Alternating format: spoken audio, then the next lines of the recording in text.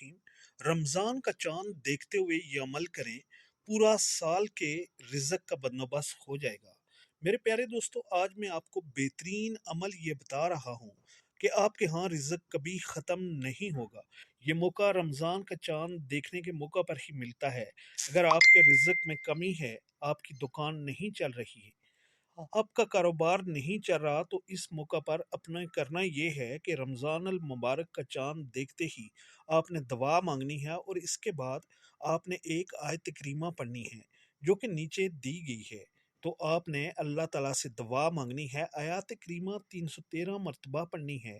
کبھی زندگی میں آپ کے گھر سے رزق کی کمی نہیں ہوگی، آپ کی نوکری اچھی مل جائے گی اور پریشانیاں دور ہو جائیں گی۔